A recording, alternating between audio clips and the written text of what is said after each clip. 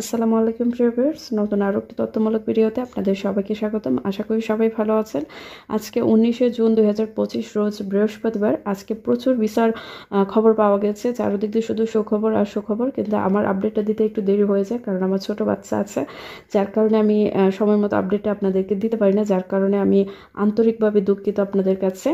তো এখন ভিসার আপডেটটা আপনাদেরকে দেব। তার আগে একটা কথা বলতে চাই, আপনাদের জন্য একটা ইম্পর্টেন্ট বিষয় আছে যেটা আপনাদের জানা দরকার। দয়া করে সম্পূর্ণ ভিডিওটা দেখবেন, এবং যারা আমার চ্যানেল নতুন প্লিজ চ্যানেলটা সাবস্ক্রাইব করে দেবেন, এবং যারা ইতিমধ্যে করেছেন তাদেরকে অসংখ্য অসংখ্য ধন্যবাদ। তো প্রথমত ভিসার আপডেটে আসি। 3টা বিএফএস গ্লোবাল মিলে আজকে বৃহস্পতিবার আজকে প্রচুর ভিসা ডেলিভারি হয়েছে, প্রায় 200+ তারা ভিসা ডেলিভারি দিয়েছে। প্রতিটা ক্যাটাগরির ভিসা ডেলিভারি আজকে ভালো ছিল। এগ্রিকালচার, স্পন্সর, ট্যুরিস্ট, ফ্যামিলি সব মিলিয়ে আজকে ভালো পরিমাণে কিন্তু ভিসা ডেলিভারি হয়েছে। আমি যতটুকু আপডেট পেয়েছি যে সিলেট থেকে 25 জন একসাথে ভিসা পাইছে। সেখানে স্ক্যান কপি ছিল, স্ক্যান কপির সংখ্যাটা নাকি বেশি ছিল, এবং রিটার্ন পাসপোর্টে যে ভিসা হয়েছে সেটার সংখ্যাও বেশি ছিল। তো আপনারা যারা রিটার্ন পাসপোর্ট নিয়ে বাসায় বসে আছেন তাদেরকে বলবো, আপনাদের অবশ্যই ভিসা হবে, একদিন আগে পরে অবশ্যই আপনাদের ভিসা হবে। এবং স্ক্যান কপি অনেকেই মনে করেন যে হয়তো স্ক্যান কপির ভিসা দিচ্ছে না, তাদেরকে বলবো, আমি আরও আগে থেকেই বলতেছি যে স্ক্যান কপির কিন্তু ভিসা হচ্ছে। আজকে বেশি পরিমাণে স্ক্যান কপির ভিসা হয়েছে। তো রিটার্ন পাসপোর্টও ভিসা হয়েছে, স্ক্যান কপিরও কিন্তু ভিসা হয়েছে, দুইটা মিলে কিন্তু আজকে ভালো পরিমাণে ভিসা হয়েছে। তো আপনারা অনেকে আছেন, আমি সেই সকল ভাইদেরকে বলতে চাই যারা মনে করেন যে আপনাদের কখনোই ভিসা হবে না, তাদেরকে বলবো যে আপনারা হতাশ হয়েন না। কারণ গতকালকে অর্থাৎ 18 তারিখে একজন ভাই ভিসা পেয়েছে। তিনি ছিলেন 2022 সালের, 22 সালে উনি হচ্ছে পাসপোর্ট জমা দিয়েছিল বিএফএস গ্লোবালে, এবং গতকালকে অর্থাৎ 2025-এ আইসা কিন্তু উনি ভিসা পাইছে। এখন দেখেন উনি কতটা ধৈর্য ধরছে, সেই পরিমাণ ধৈর্য কিন্তু এখনও আপনারা ধরেন নাই। আপনাদের 2 বছর হয়েছে, আর ওনার কতগুলো সময় গেছে, কতগুলো বছর গেছে, উনি কিভাবে হচ্ছে ধৈর্য ধরে রয়েছে, এটা আমি শুধু চিন্তা করতেছি যে উনি 2022-এর ওনার মাধ্যমের সাথে ওনার সম্পর্কটা কীরকম ছিল সেটা জানার ইচ্ছা করতেছে আমার। কারণ এতটা সময় অপেক্ষা করা একটা মানুষের জন্য সত্যি কষ্টদায়ক। তো আপনারা যারা হচ্ছে 2 বছর 2.5 বছর ধরে অলরেডি অপেক্ষা করতেছেন তাদেরকে বলবো আর কিছুটা সময় অপেক্ষা করুন। দেখেন অবশ্যই আপনাদের ভিসা হবে, একদিন আগে পরে যদি আপনার মালিক এবং আপনার ডকুমেন্টস সঠিক থাকে তাহলে অবশ্যই ভিসা হবে। আমি প্রতিবারই কিন্তু একটা কথা বলি যে গভর্নমেন্টের লোকেরা, অর্থাৎ ইটালির যে গভর্নমেন্টের লোকেরা আছে, ইটালি অ্যাম্বাসেডর আছে, ওনারা কিন্তু প্রতিবারই একটা কথা বলে যে প্রতিটা ব্যক্তি ভিসা পাবে যাদের মালিক এবং ডকুমেন্টস অরিজিনাল থাকবে। তো এখন যারা ভিসা পাচ্ছে তাদের ভেরিফিকেশন কমপ্লিট হচ্ছে বিদায় কিন্তু তারা এখন ভিসা পাচ্ছে। ইটালি অ্যাম্বাসি কিন্তু কারো আত্মীয় লাগে না বা কারো চেহারা দেখেও কিন্তু ভিসা দিচ্ছে না। যার ভেরিফিকেশন কমপ্লিট হচ্ছে, যাকে সঠিক মনে হচ্ছে তাকেই কিন্তু ভিসা দিতেছে। এখানে 2023-ও আছে, 2024-ও আছে, এবং 2022-এরও আছে। যখন যাকে সঠিক মনে হচ্ছে, যার ভেরিফিকেশন কমপ্লিট হচ্ছে তাকেই কিন্তু ভিসা দিতেছে।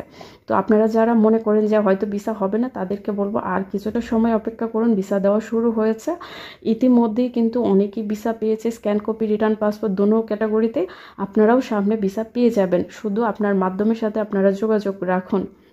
আর অ্যাপয়েন্টমেন্টের যে বিষয়টা সেটা যদি বলি, অনেকে আমাকে প্রশ্ন করতেছেন যে আপু অ্যাপয়েন্টমেন্ট কি বন্ধ আছে, অ্যাপয়েন্টমেন্ট দেওয়ার কথা তো শুনি না। দেখেন অ্যাপয়েন্টমেন্ট দেওয়া কিন্তু বন্ধ না, কোনো কার্যক্রমই কিন্তু বন্ধ থাকে না, টুকটাক দেয় যেটা আমাদের নজরে আসে না বা আমরা দেখি না বা আমরা শুনি না। কিন্তু তাই বলে যে এক করে কার্যক্রম বন্ধ, বিষয়টা কিন্তু এরকম না।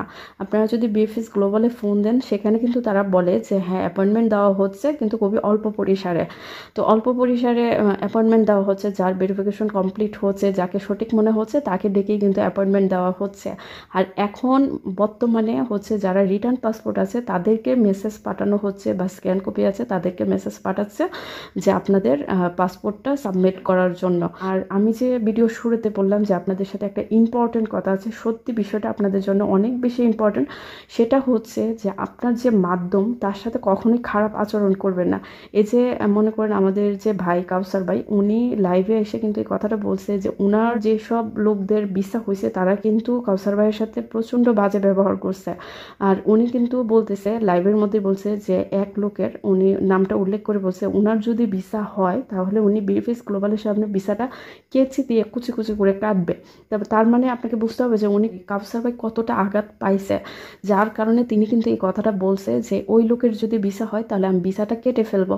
তো আপনাকে বুঝতে হবে যে আপনার যে মাধ্যম সে সঠিক সঠিকভাবে কাজ করছে কিনা সেটা তো তার কাজেই প্রমাণ দিবে, কিন্তু তার সাথে কখনোই খারাপ আচরণ করা যাবে না। কারণ আপনি ইটালি না যাওয়া পর্যন্ত, আপনার কাগজ না হওয়া পর্যন্ত কিন্তু আপনার মাধ্যমকে আপনার প্রয়োজন।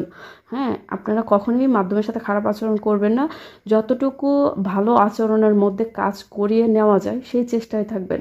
হ্যাঁ, কথাতে হোক, ব্যবহারে হোক, সবভাবে আপনারা আপনার মাধ্যমের সাথে ভালো একটা সম্পর্ক গড়ে রাখবেন। এই যে কাউসার ভাইয়ের সাথে মানুষগুলো খারাপ আচরণ করছে, এখন কিন্তু তাদের ভিসা হয়েছে না? তো এমনও তো হইতে পারে যে আপনার মাধ্যম সে হয়তো সঠিকভাবে আপনার জন্য কাজ করছে, আপনি তার সাথে খারাপ আচরণ করে ফেলছেন, এখন আপনি কি বলবেন তাকে?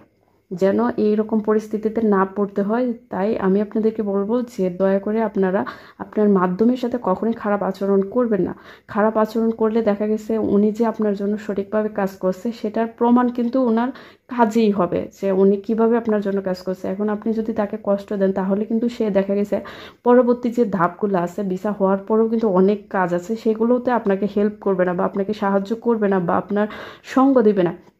তো আপনারা কখনই আপনার মাধ্যমের সাথে খারাপ আচরণ করবেন না। এটাই ছিল আমার মেসেজ আপনাদের জন্য, যে আপনাদের যে মাধ্যম তার সাথে ভালো আচরণ করুন এবং কৌশলে আপনার যে কাজটা আছে সেটা করিয়ে নেন।